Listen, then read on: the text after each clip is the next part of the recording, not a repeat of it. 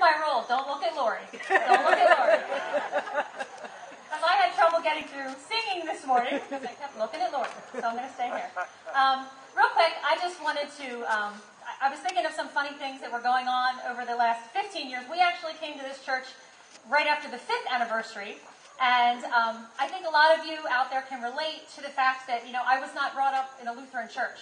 So when we came and I saw St. Matthew's calls all people to community of faith, I thought, all right, that's a nice little word on the sign. But then when I walked in for the first time, as I was getting out of the car, my 2-month-old, who's now 12, puked all over my back. And so I walk into this church that I've never been in before, and Lori was the first person that walked up to me and said, "Oh, let me help you, let me help you."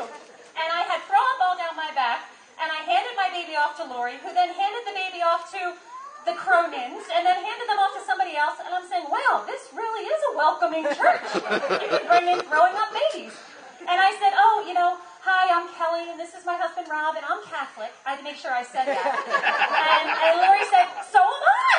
And I was like, wow, this is great. So I just really feel, and I'm sure everybody agrees, that the combination of you two did just you make this place so welcoming and so open. And I hear so many people that say, I came to St. Matthew's because it was pretty, but I stayed because of the people, and I think a pastor and his wife are more role models than anybody, just to open arms. The only last thing I was going to say, which just happened today in church, everybody's been so emotional about everybody is so like, oh, it's so bittersweet that they're leaving, and we're going to miss them, and my daughter Emma, who swore she was never coming to church again because Clara wouldn't be there. I'm glad to see Emma's back now. But we have a 4-year-old also, who most of you who know 4-year-olds, they don't really pay attention a lot. And Jane was sitting on my lap in church today, and she turned to me and she said, "Mommy, Pastor Chad's moving to Minnesota?" And I said, "Yeah, shh, be quiet. He is. He's moving to Minnesota." And then she turns around a minute later and she goes, "Why?" And I said, "Well, the family wants to be near their cousins and grandparents and aunts and uncles." And she turns around and she goes, "Well, that's a good idea." And I just thought that summed it up, because here we are with all the emotions, and it's just a good idea. And we love you, and we'll miss you, but you know what? You're in a great place, and it's a good idea.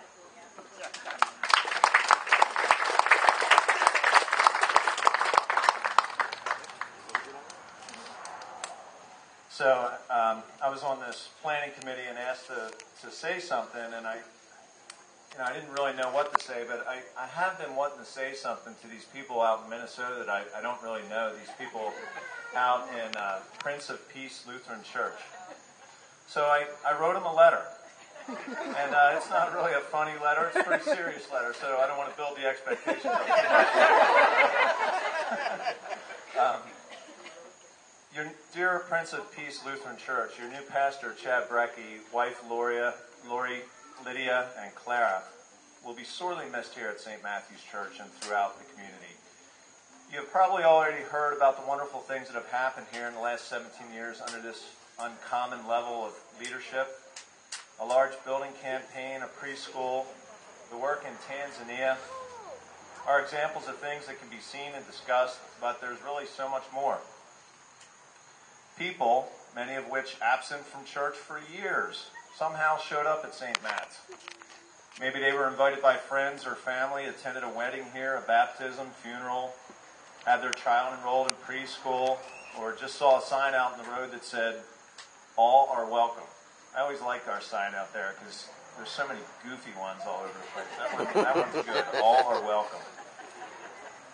Our church is filled with so many people whose previous past were not a good indicator that they might make any church much more than some kind of obligation. Now go in peace and serve the Lord. Ends each service like it does in all churches around the world. But you just wait, Prince of Peace Lutheran Church, until you hear that following one of Pastor Chad's sermons.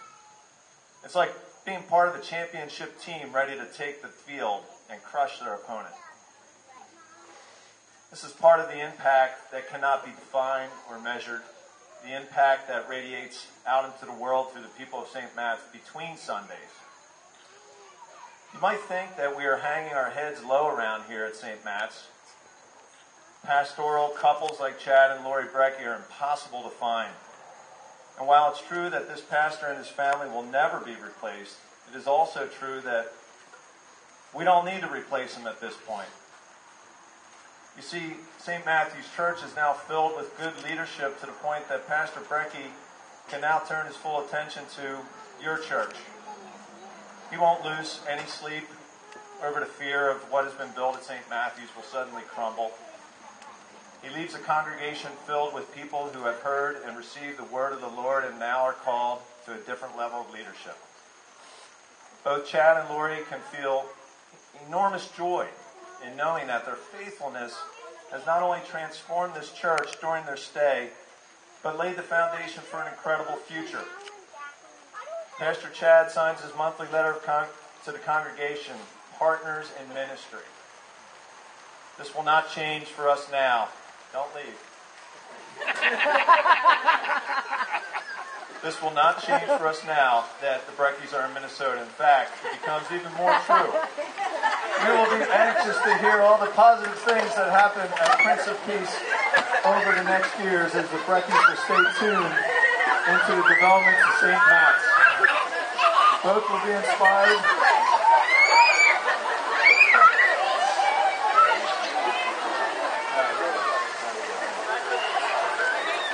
We'll take a short break.